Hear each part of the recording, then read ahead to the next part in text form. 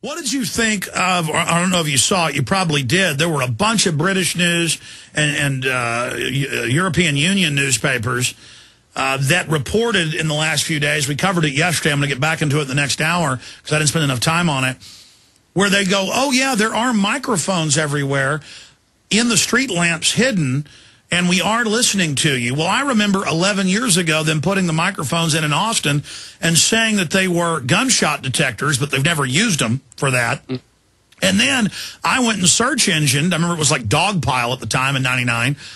Google wasn't even around. I went into an Alta Vista or whatever search, and there was the company bragging that we can listen to people at 200 yards away and then send it through the software for keywords. And here are those very same companies. But the difference is now the government and the media are saying, okay, we are listening to you and analyzing your keywords. I mean, that is right out of 1984, where he's hiding in the woods having sex with his girlfriend and Big Brother's got the woods mic'd. I mean, this is incredible. Well, you know, I remember it wasn't that long ago when people who were saying, you know, they can listen to you over your cell phone. That's the reason it's got a speakerphone mode, is so that they can justify having a microphone that can hear the entire room. And people were saying that's nonsense. Now you've got the FBI admitting that, yeah, that's built into the cell phone system. They can turn on the microphone in your cell phone. You're carrying your own tracking and listening. Even when it's off. Even when it's off. And then people have to remove the battery. You can't remove it with iPhones. That's exactly true. If you really want security, you have to walk away from your phone, or you have to put it in a box that blocks all radio signals. By the way, we do have a sponsor that has those LED shielding, and that's the way to go, because if you've got your cell phone by electrical equipment, every minute or two you hear a beep through your speaker system, and we went and looked it up. That is the GPS system pinging it to check your location. So they are able to basically listen to you, possibly even watch you through the cameras. It's set up to be that way. The government is obviously terrified of the American people. They're trying to figure out some way they can squeeze the last few pennies out of our pockets without triggering a revolution. Frankly, my readers and I are somewhat amazed that it hasn't started yet. But my concern is, and I want to hold you over for one more segment to take calls, my concern is that they want a revolution. They want it to be violent because we're winning it with the hearts and minds. And if enough people wake up and realize just how illegitimate this system is, it'll fall on its own. That's my thought about this as well. That the U.S. is going to go the way of the USSR. And more and more people are beginning to write and contemplate that the U.S. is headed for a Soviet-style breakup. And I do think it's inevitable at this point. Mike Rivero is our guest. We'll do one more segment. I'm going to get to everybody coming up here, but we're going to go quickly to your calls. Al, Mike, Tim, Joe, John, and others who are patiently listening. This is such important information. We are at a historical crossroads. I mean, the destiny of humanity, to a great extent, is being decided right now. Al in Delaware, what's on your mind today, Al? Hey, how you doing, Alex? Good, sir. I've been trying to get to you for a couple weeks. Got a couple of questions for you. One, do you feel as though Obama has been cultivated for this for the last 25 years? Oh, there's no doubt. Absolutely. His entire family was involved in foundations that are even above U.S. intelligence. And there's no doubt he's got intelligence ties, and he's been groomed for this. They tried to sell him as a messianic leader, but it didn't work. But that's fine. They're just as happy to destroy him and give us another messianic leader. Mike Rivero, what's your take on that? Yeah, absolutely. With the rare exception of people like Ron Paul, pretty much everybody offered to us on the voting menu every election is cultivated, trained, groomed, and manufactured from the ground up. There are very few real genuine candidates, like I said, Ron Paul being the exception.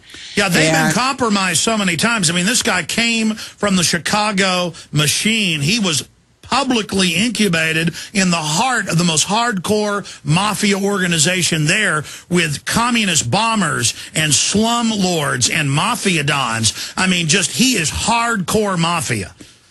And he apparently holds the record for largest political campaign contributions from British Petroleum. And basically, he's absolutely not a president of the United States of America. He has turned his back on the American people, sending money all over the world. and we've got homelessness here. He's not doing any of the things that would be necessary to turn this economy around. It's almost like they want the U.S. to collapse because then they can pick up the pieces and put it in their pocket. And he's expanding wars. Yes. Caller, you had one other point you wanted to make? Do you guys believe that we are in crisis mode before these midterm elections come, and do you think this man will have the audacity to actually suspend the elections and possibly use the southern states and the Gulf as a we know they're turning it into a tar pit. Come on.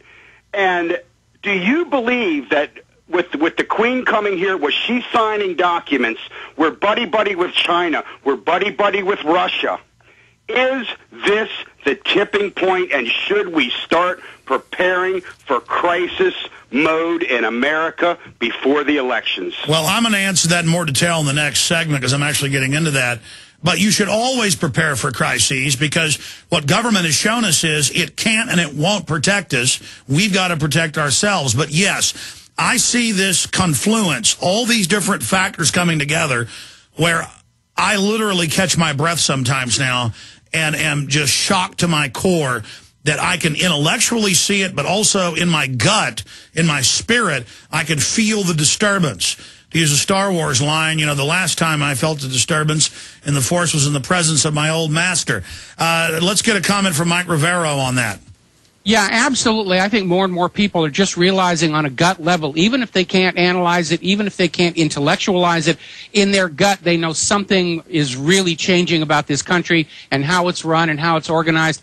And again, I think it's because of shows like yours, Alex, and websites like both of ours that we've panicked the New World Orderists into this last desperate push to try and achieve their agenda, because I think left to themselves, they would have preferred a more leisurely transition that didn't call as much attention to themselves. But I think they realize that if they're not able to make it happen now, that the whole thing is going to fall flat on their face. And these guys are confident. They're smart. They work hard. They've studied tyranny. They admit they've studied it. And they're not accustomed to losing, and they're very bold. And so everything we do now, gathering our forces, illuminating these enemies, exposing them as the tyrants, not their Obama puppet or their Republican puppets, that is key, because if people think the battle's joined right now, they haven't seen anything yet. This is only going to get crazier from here on out, and it is every person you reach out to now is going to be a game changer, is going to be a deciding element in this unfolding situation. Al, I appreciate your call. And we'll come back and take more calls. We're going to let Mike go now. But, Mike, I appreciate you joining us. But do you concur with me, or do you agree, disagree that, well, I mean, you said it. You can feel it in your gut. Yeah, absolutely. We're in a period of tremendous change. And what you said before, the best thing that any of us can do is speak out publicly, because then you give courage to other people to speak out publicly. And the illusion that those of us who know there's a problem is a minority, that gets destroyed. And America stands up and says, yeah, something's gone really, really wrong with this country. Yeah, Ron Paul said it over and over again from studying history. I concur that the danger point is when they go into their period of globalist takeover, their artificial change. The danger point for us is not being prepositioned with an alternative to defeat them and letting them use the crisis to bring in another level of tyranny. So it's a danger point for them and us. We've got to be in there now. History is in a flux vortex, basically, right now. Mike, great hearing from you. Thanks for joining us.